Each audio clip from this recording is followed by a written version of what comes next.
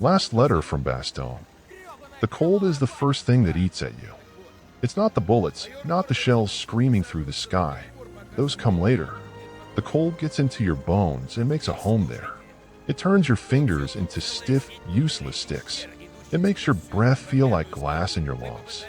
It makes every step a decision because stopping, just for a second, feels like it might be the last thing you ever do.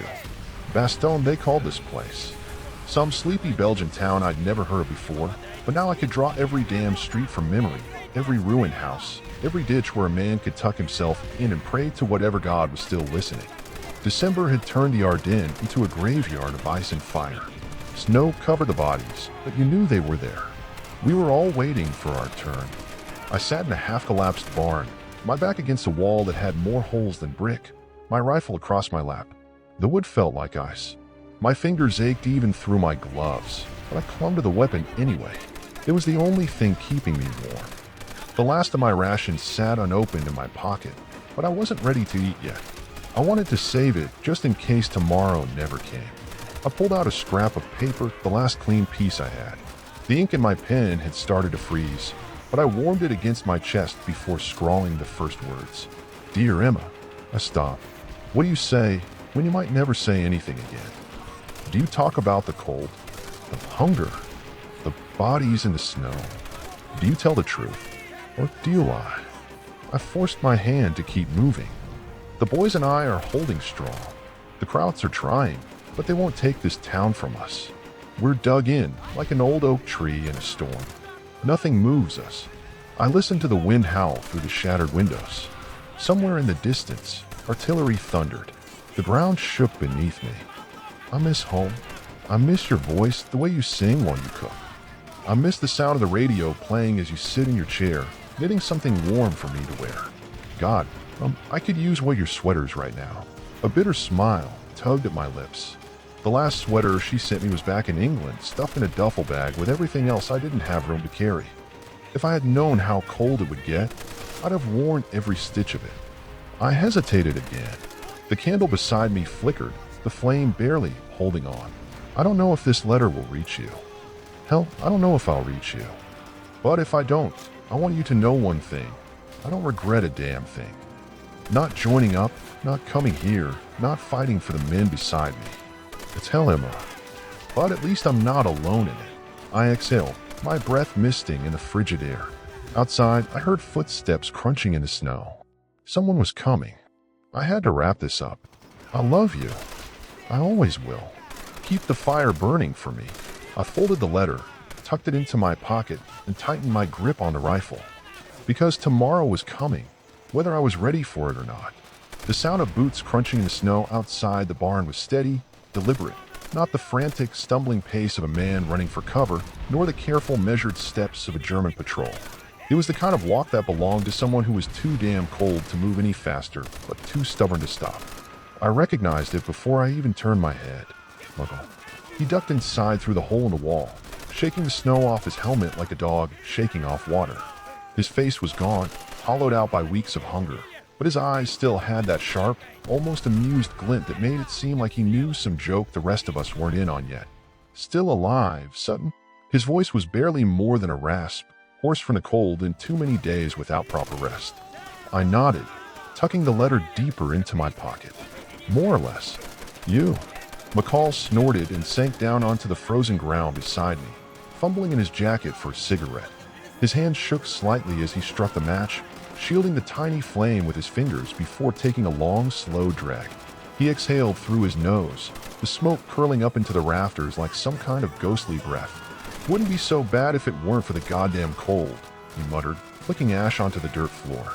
I can handle the shells, the snipers, the goddamn Tiger tanks rolling through like they own the place, but this... He held up his free hand, flexing his fingers as if trying to convince himself they still worked. This is worse than hell. I didn't argue. We'd all seen what the shells could do.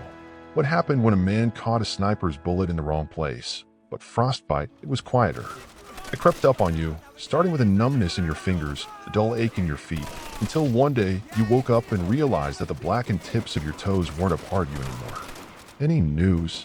I asked, shifting my weight against the wall, trying to find some position that didn't make every muscle in my body ache. McCall shook his head. Same as yesterday. And the day before that. We hold a town, we wait for the bastards to try again, and we hope to God that Patton gets here before we all turn into corpses with rifles in our hands. He took another drag of his cigarette, letting the silence stretch between us. Somewhere outside, the deep guttural rumble of German armor echoed through the streets, followed by the distant rhythmic thud of artillery. They were probing again, testing our defenses, waiting for us to break. But we weren't breaking. Not yet. I reached into my pocket, my fingers brushing against the folded letter, and for a moment, I considered pulling it back out, adding something, one last line, one last thought. But what was there left to say? Emma already had my love, my memories, my promises.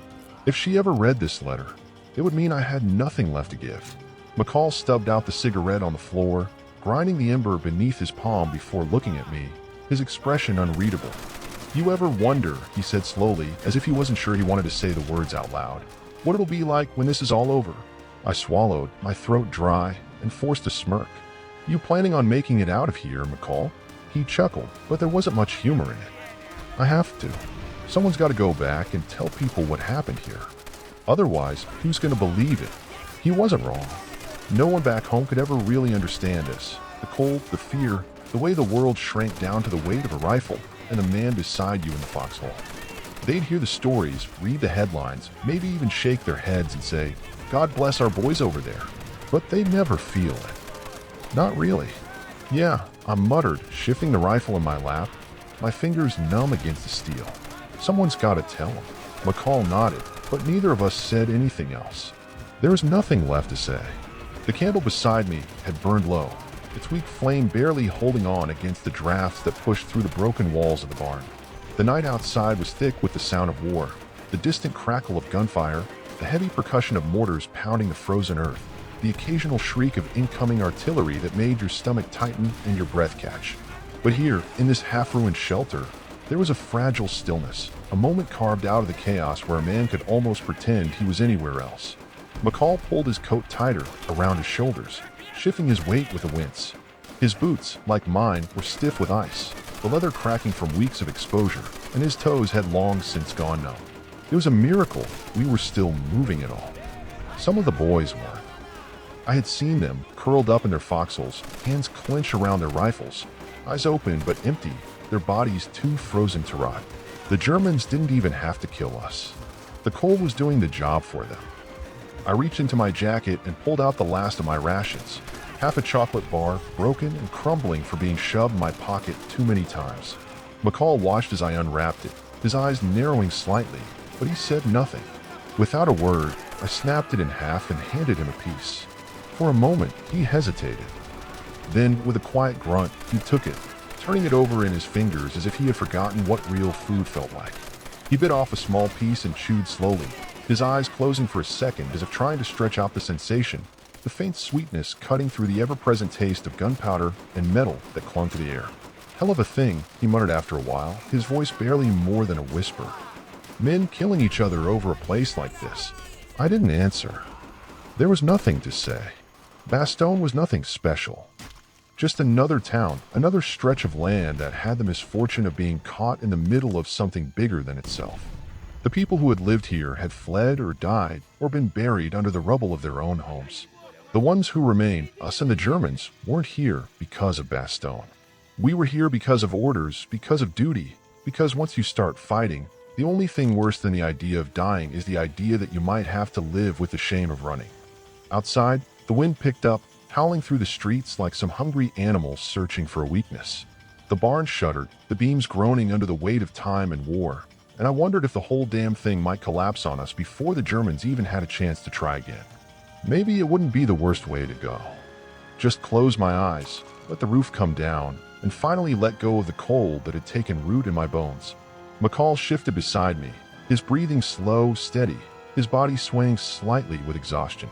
He was half asleep, or maybe just pretending to be, clinging to whatever fragments of rest he could steal before the sun dragged us back into the fight. I envied him. My eyes burned with fatigue, but sleep wouldn't come. Every time I closed them, I saw faces, some familiar, some already fading into the white blur of the snow, all of them frozen in the last moments before the shells took them, before the bullets carved through their bodies like they were made of nothing more than paper.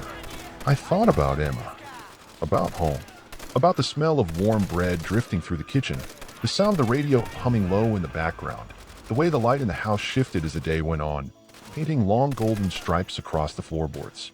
I tried to hold on to those memories, tried to pull them closer, but they slipped through my fingers like smoke. Somewhere in the distance, a single gunshot rang out, sharp and sudden against the hush of the early morning. A signal. A warning. The kind of sound that told you everything was about to start again. McCall opened his eyes, exhaling slowly. Neither of us moved right away. Neither of us reached for our rifles, but we both knew what was coming. The Germans weren't done with us yet. And if this was the day they finally broke through, if this was the last dawn I'd ever see, I knew one thing for sure: Emma would get my letter. One way or another. The shot in the distance lingered in the air longer than it should have, stretching out across the frozen town like an omen. A reminder that none of us were really safe, not even in these brief moments of stolen quiet. McCall shifted, rolling his shoulders, his breath slow and measured as he listened. He had the look of a man who had been here too long, who had heard too many of these sounds to flinch at them anymore. I knew I had the same one, the kind that didn't belong to the fresh recruits who had landed in Normandy thinking they were invincible. No, this was something else entirely, something worn down and stretched thin, a frayed thread that somehow hadn't snapped yet. I reached for my rifle, checking it by instinct, my fingers moving numbly over the frozen metal. It was a pointless gesture. I already knew there was nothing wrong with it, just as I knew that if the Germans came, the only thing standing between me and the grave was how fast I could pull the trigger before they did. McCall sighed, rubbing his hands together and blowing into them as if that would bring warmth back to his fingers. It wouldn't. Nothing would, not until this was over. "You think it's starting again?" he asked, his voice barely above a murmur. I didn't answer right away. Instead, I listened. The wind was still howling, but beneath it, beneath the groaning wood and shifting snow, there was something else, a low, distant rumble, rhythmic and heavy, like the slow heartbeat of something massive waking up. Tanks. Not close yet, but moving. Clenched my jaw. Yeah. McCall didn't curse, didn't sigh, didn't do much of anything except nod slowly, as if he had already accepted whatever was coming. That was the thing about men like us, men who had been here since the beginning. We had stopped hoping for a way out. We had stopped thinking about anything beyond the next few hours, the next few steps, the next bullet that might have our names on it. We just kept moving forward because stopping meant something worse. A shadow moved outside, quick and low, slipping between the skeletal remains of buildings. A second later, another followed, barely more than a flicker against the snow. They weren't ours. I tightened my grip on my rifle, muscles tensing, breath steady. McCall saw them too. He didn't speak, didn't move. He just watched, waiting. The Germans were testing the edges again, feeling for weak spots, waiting for a moment of hesitation, for someone to make a mistake. That was how this worked. They never rushed in all at once, not unless they were sure they could crush us. Instead, they sent their shadows first, their ghosts slipping through the ruins, looking for cracks. A distant explosion lit up the night for half a second, casting long, jagged shadows across the snow, and then darkness swallowed everything again. The ground trembled beneath us, dust falling in soft cascades from the beams above. Somewhere out there, someone was dying, but we didn't know who yet. Maybe one of ours. Maybe one of theirs. It didn't really matter. By the time the sun came up, the number would be higher. It always was. McCall shifted beside me, reaching into his jacket, pulling out something small. For a moment, I thought it might be a photograph. Maybe a girl back home. Maybe a wife, someone to remind him why he was still breathing. But when he turned it over in his palm, I saw that it was just a coin. Worn down, edges smooth from too many years in too many pockets. He rolled it between his fingers absently, the metal catching what little light remained from the candle. "You ever think about luck?" he asked suddenly, his voice distant, as if the question wasn't really meant for me. I snorted softly. I stopped believing in luck a long time ago. He nodded, like he already knew I'd say that. He flipped the coin, let it spin through the air, then caught it without looking. I used to think it meant something, that some men just had more of it than others. But now, I don't know. Feels more like, he trailed off, shaking his head. Feels more like we're all just borrowing time from someone else. I didn't answer. There was nothing to say. He wasn't wrong. I'd seen too many men die who should have lived, and too many who lived when they had no right to. It wasn't about skill, or training, or even courage. It was something else entirely, something none of us understood, but all of us had learned to accept. Outside, the wind shifted again, and with it came the sound of boots moving over frozen ground, slow, deliberate. Not shadows this time, not ghosts. They were closer now. The Germans weren't testing anymore. They were coming. McCall sighed, rolling his shoulders, stuffing the coin back into his pocket. Well, he muttered, reaching for his rifle. Let's see who's still got time left. I exhaled, steadying my grip, my breath curling into the cold night air like smoke. And then the world erupted. The first explosion struck somewhere down the street, shaking the barn with a deep, bone-rattling force that sent loose planks creaking and dust swirling from the rafters. The candle beside me sputtered and died, swallowed by the darkness, just as the echoes of the blast rolled away into the frozen night. Almost immediately, a second explosion followed, closer this time, the heat of it licking through the holes in the walls, pressing against my face like the breath of something enormous and hungry. The Germans weren't waiting anymore. They were here. McCall moved first, pushing himself to his feet with a grunt, his rifle already in his hands. I followed without thinking, my body knowing the drill before my mind could catch up. There was no time for fear, no time for hesitation. This was just another night in Bastogne, just another attack, just another hour we had to survive before morning. I pulled my helmet tighter over my head, slung my rifle into position, and followed McCall to the doorway, pressing myself against the rough wood as we listened. Shouts rang out over the howling wind, sharp and guttural, orders being barked in German. The boots that had been creeping through the streets were running now, moving fast, spreading out. Another explosion lit up the sky, and in that flash of orange light, I saw them. Dark shapes against the snow, their helmets low, their weapons raised, moving like shadows with weight. They were coming from every direction. This wasn't a test. This wasn't a pro. This was the real thing. McCall sucked in a breath through his teeth, letting it out in a slow exhale. Hell, he muttered, his fingers tightening around the barrel of his rifle. Didn't think it'd be tonight. Didn't think it'd be ever. I asked, keeping my voice low. He let out a dry, humorless chuckle. No, just figured we'd get a little more time. None of us had time. Not really. The past few weeks had been nothing but borrowed hours, stolen moments carved out of the cold and the gunfire. Maybe tonight was the night the clock finally ran out. A shot cracked through the air, then another, then another. The quiet shattered as our men opened fire from the buildings, from the foxholes, from whatever cover they had managed to dig out of the frozen ground. The Germans answered immediately, their rifles flashing in the darkness, muzzle bursts lighting up the street in quick, violent flickers. A machine gun roared to life somewhere up the road, spitting out a stream of bright, deadly tracers, and then the world became nothing but movement and noise. McCall was already moving, his boots crunching through the snow as he darted from the barn toward the next building. I followed, keeping low, my breath sharp in my throat. The moment we broke cover, bullets snapped through the air around us, hissing past like angry wasps. I hit the ground behind a shattered wagon, my heart hammering as I pressed myself against the cold wood. McCall crouched beside me, his eyes scanning the street. They're pushing from the east, he said, his voice calm, steady, as if we weren't sitting in the middle of hell. If they get through that line, they'll cut us off completely. I knew what that meant. We all did.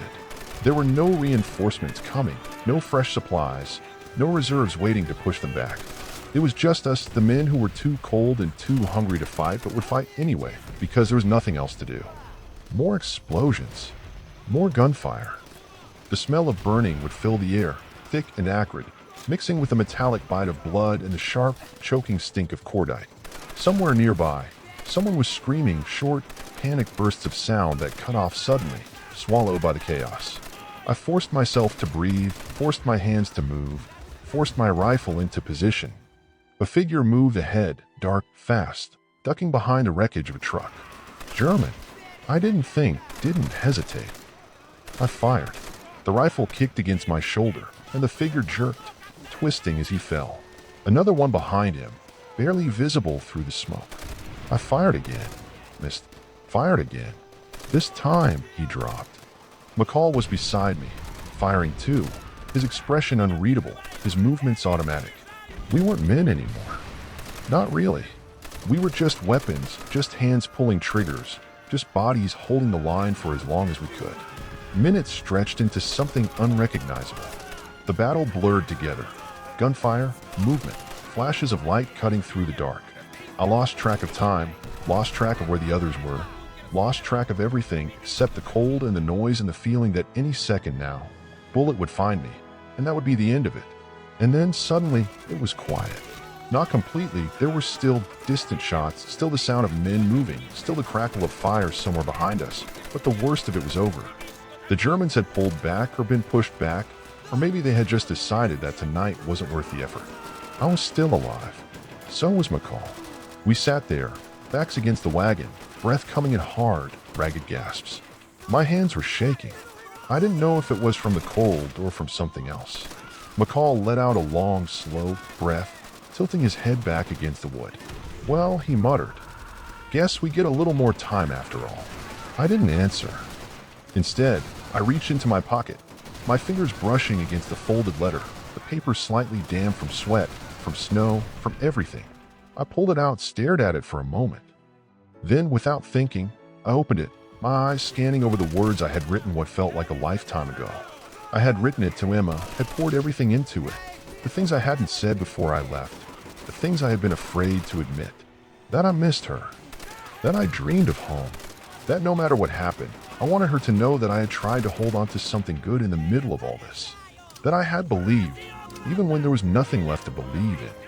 McCall glanced over, raising an eyebrow. That the one? I nodded. He studied me for a moment, then reached into his own pocket, pulling out a crumpled scrap of paper. Wrote mine a few days ago, he said, turning it over in his hands. Figured it was about time. I didn't ask what it said. I didn't need to. The wind howled again, colder than before, cutting through the ruins like a warning. We both looked up, listening, waiting. The Germans would be back. Maybe tomorrow. Maybe the day after. Maybe in an hour. But for now, we were still here.